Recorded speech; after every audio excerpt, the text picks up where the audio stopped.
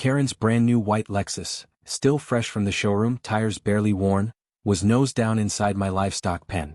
The windshield was cracked, the front bumper half ripped off, and 3 goats were standing proudly on the hood like kings of the hill. A confused rooster kept pecking at the rearview mirror, while my prized pig, Martha, snored comfortably in the passenger seat like she owned it. Karen was screaming. And I mean screaming, hands in the air, face tomato red, her expensive heels buried deep in cow dung. "Who did this to my car? I'll sue you. I'll sue everyone." But the sign had been right there. No parking, private farm property, livestock crossing zone. Huge red letters. Unmissable. And yet, Karen had rolled in that morning, smirking as she blocked my gate, tossing her caramel frappuccino out the window. Now here she was, watching helplessly as one of my cows licked her side mirror clean. And just when I thought the chaos couldn't get worse, my bull Tyson spotted her floral purse in the back seat. Tyson didn't like floral. He charged. Tyson thundered toward the Lexus like a freight train made of muscle, mud, and pure fury. Karen shrieked and threw her designer sunglasses in the air, bolting in high heels through the manure-dotted gravel like her life depended on it, which to be honest it kind of did. My prized bull had locked eyes with the floral purse on the back seat. He hated anything floral. It reminded him of Vet Day, when they tied flowers to the barn post during his last dehorning. So now to him that purse was evil. And that Lexus? Enemy territory. He lowered his head at the last second and, wham! Tyson slammed into the side of Karen's car so hard, the passenger door popped open.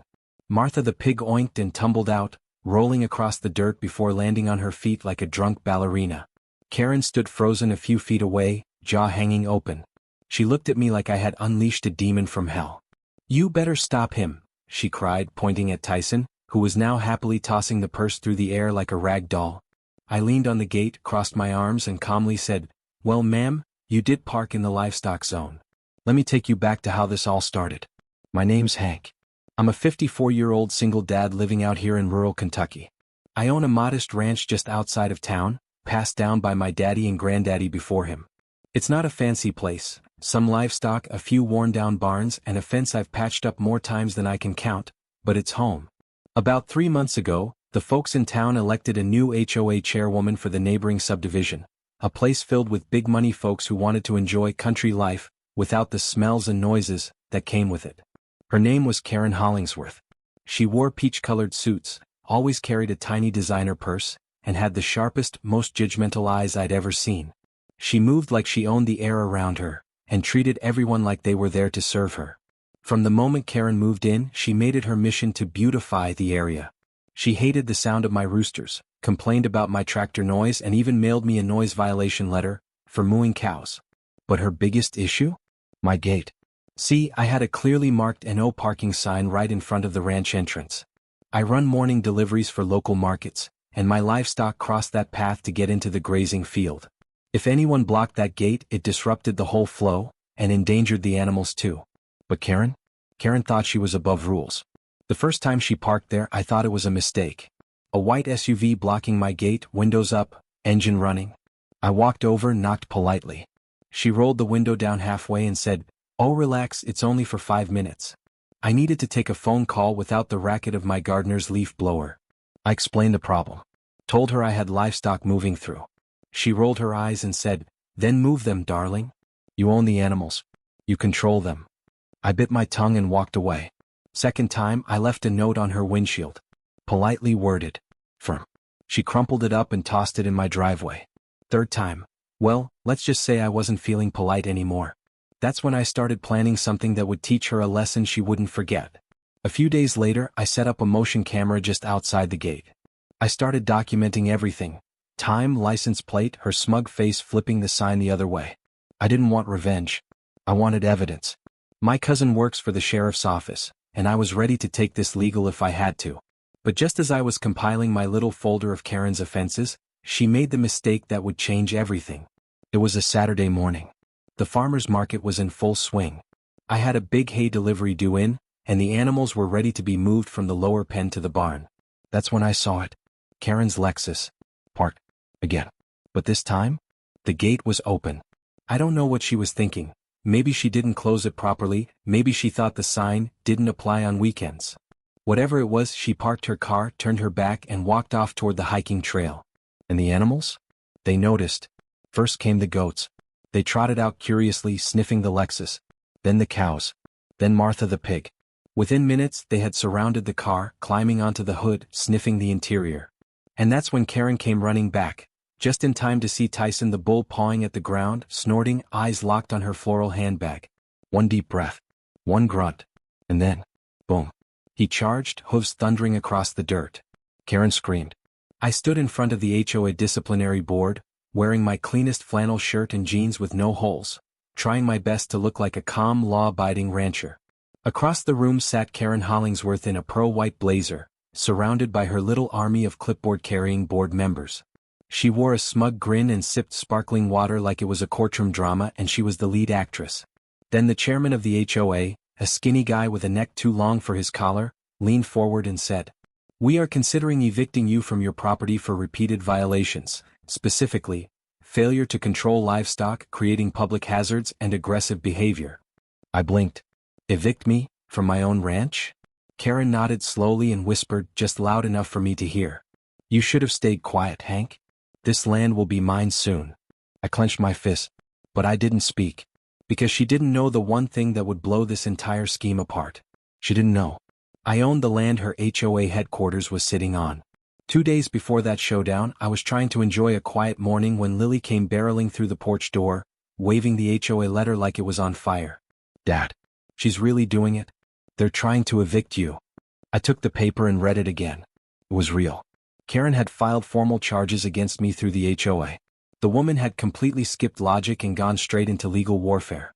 According to her, the livestock incident with her car was proof I couldn't manage a safe environment, and therefore I was a threat to the community. The community she meant? Her gated neighborhood that had pushed its boundary signs closer and closer to my fence every year. Evict me? But the HOA doesn't have any power over my ranch, I said. Lily nodded. That's what I thought. But look, she pointed to the fine print, they're arguing your driveway overlaps into a shared use zone. Total garbage but sneaky. I stared at the paper, my hands shaking slightly. Not with fear, but with fury. Karen was using loopholes, lies, and half-baked technicalities to bulldoze over me. She didn't want the animals gone. She wanted the land. I spent the rest of the day calling the county office, the property registrar, even old neighbors who might have useful documents. Everyone gave me the same answer. You need to fight this through a hearing. Or she might win. That night, I sat alone in the barn watching Tyson sleep. Looks like we picked a fight bigger than both of us, boy, I whispered. I started thinking about selling, just letting it go. I'm not a rich man. Lawyers are expensive. HOA boards are sneaky. And my heart ain't as tough as it used to be. But then Lily came in and handed me something wrapped in an old manila envelope. What's this? I asked. She grinned. Grandpa's original deed. Look at the date. Look at the border lines. I flipped it open. My heart skipped. There it was. In faded black ink. The full map of our ranch. Including the land where the HOA clubhouse now sat. Land Grandpa leased decades ago but never sold. They'd built on land they didn't even own. We drove to the county courthouse the next morning and requested certified copies. By noon I had a legal folder so thick it could knock out a bull. I didn't stop there. I called an old friend from high school, Jace Collins, now a real estate attorney known for grilling people like Karen until they begged for mercy. Want to have some fun? I asked. He laughed. You bringing down a HOA queen? Count me in. And that's when we started planning. We'd wait until the disciplinary board hearing. Let them stack their lies. Let Karen smile like she's already won. Then we'd hit them with truth. And property law. And karma. The night before the hearing, Lily and I sat under the stars, sipping cocoa on the tailgate of my old truck. You ready for this? She asked. I nodded. I just want peace, baby girl. But if peace ain't an option, I'll take justice. She smiled. That's the rancher in you talking. I looked out at the land. The same land my grandpa cleared with his bare hands. The land my mama was buried on, next to the oak tree. The land where I taught Lily to walk and Tyson to obey. This wasn't dirt to me. This was family. And no HOA queen was gonna take it. Back at the hearing, Karen leaned over, smirking as the chairman flipped through her printed evidence. He's irresponsible. His animals are dangerous. And he has no right using that land, it's practically part of our community now. I stood up. Is that all? I asked. Karen blinked. Yes. That's more than enough to remove you. That's when I opened my folder and dropped the original deed on the table. This is the original property map. Certified yesterday. That clubhouse y'all built 2 years ago?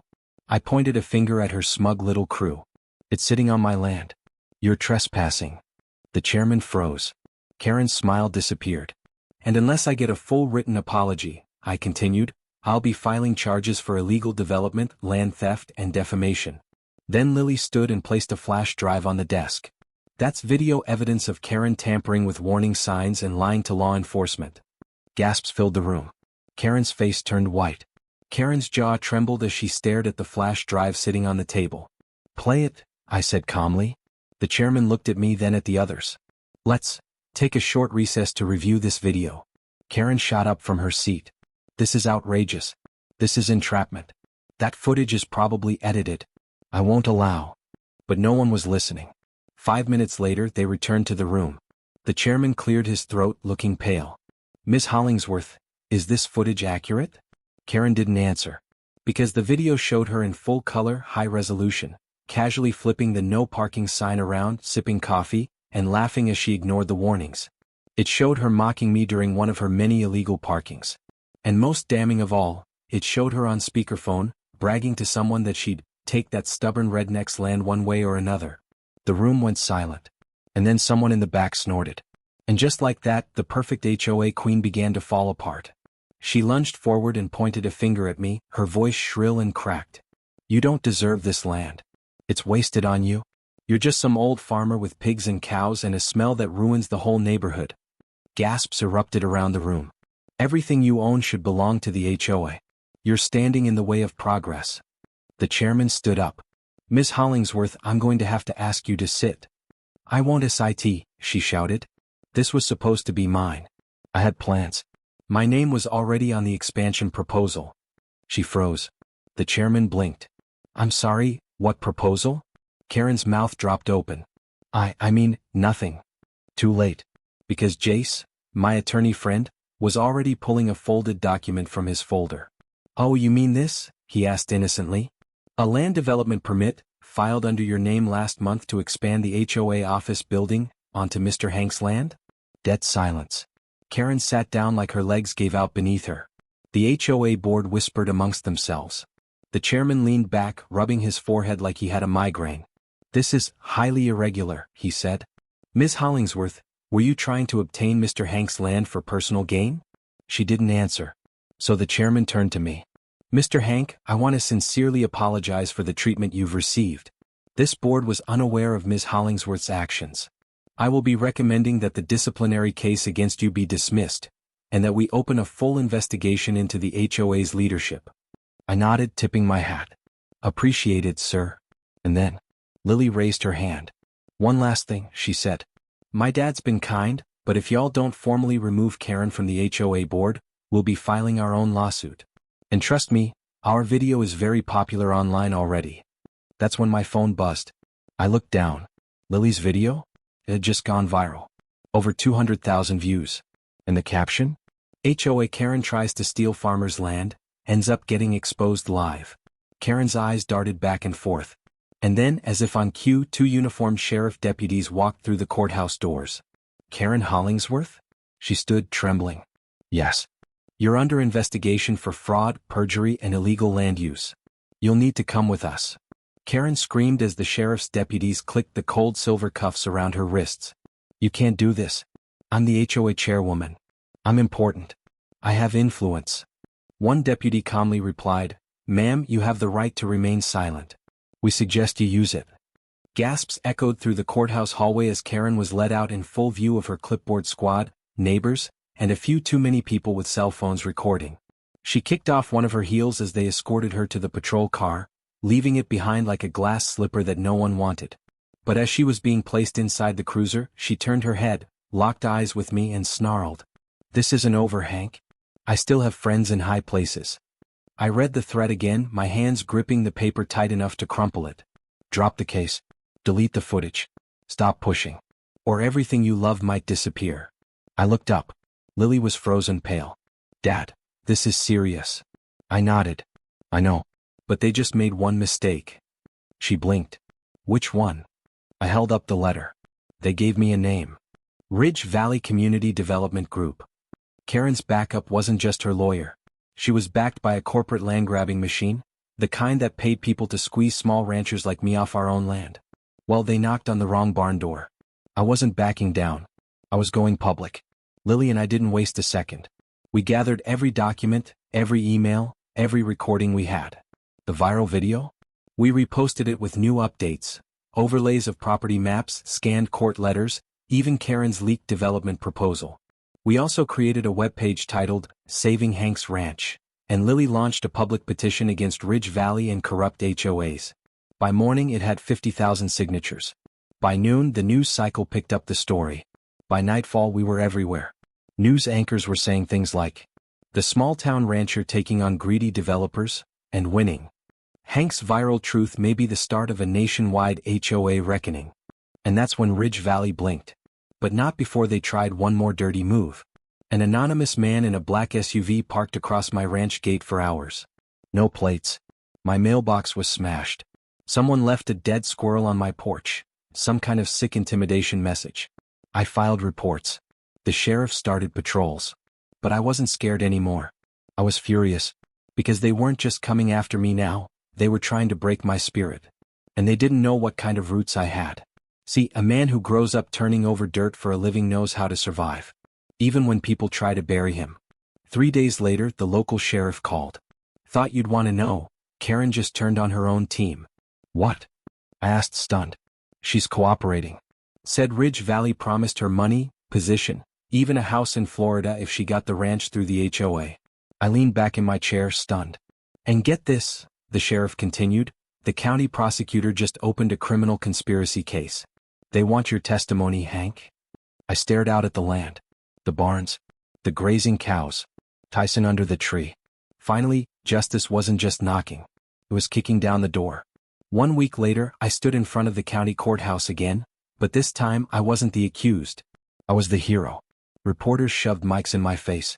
People lined the sidewalks with signs that read, Protect the ranch. Down with crooked HOAs. Stand with Hank. When I stepped to the mic, I didn't give a speech full of fire or fury. I just said, I'm not against community. I'm not against rules. But when people use power to hurt others, that's not community, that's corruption. And I won't stand for it. They clapped for 5 straight minutes.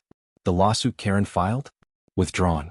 She took a plea deal to avoid prison time, but agreed to testify against Ridge Valley executives. The Ridge Valley Group? Fined millions for illegal property deals, forced evictions, and HOA manipulation schemes across 3 states. Their headquarters was raided. Their CO? Arrested live on TV. And Karen? Let's just say she doesn't chair anything anymore. Last I heard, she was working customer service in a call center in Nebraska. Fitting. The town came together after all that. We held a barbecue on my land. Tyson got his own crown made of hay. Martha wore a flower necklace. Even the goats behaved, mostly. Lily and I sat on the tailgate of the old truck, looking out at the sunset. So what now? She asked. I looked over the land. We build. We heal. We stay free. She smiled. Think we're done with drama? I laughed. I run a ranch, sweetheart. Drama comes with the grass. And as I cleaned up the party that night, I walked past that old no parking sign still posted near the gate. Karen ignored it once. But she'll never forget where her car ended up. In a livestock pen. Right where her schemes belonged. Collision, did that ending make you cheer? Fire if you loved watching Karen's empire crumble. Don't forget to like, subscribe, and share this video with someone who needs to see karma in action. Backhand index pointing down, drop a comment below. What would you have done if Karen parked on your ranch? Round pushpin, tell us where you're watching from. We read every comment.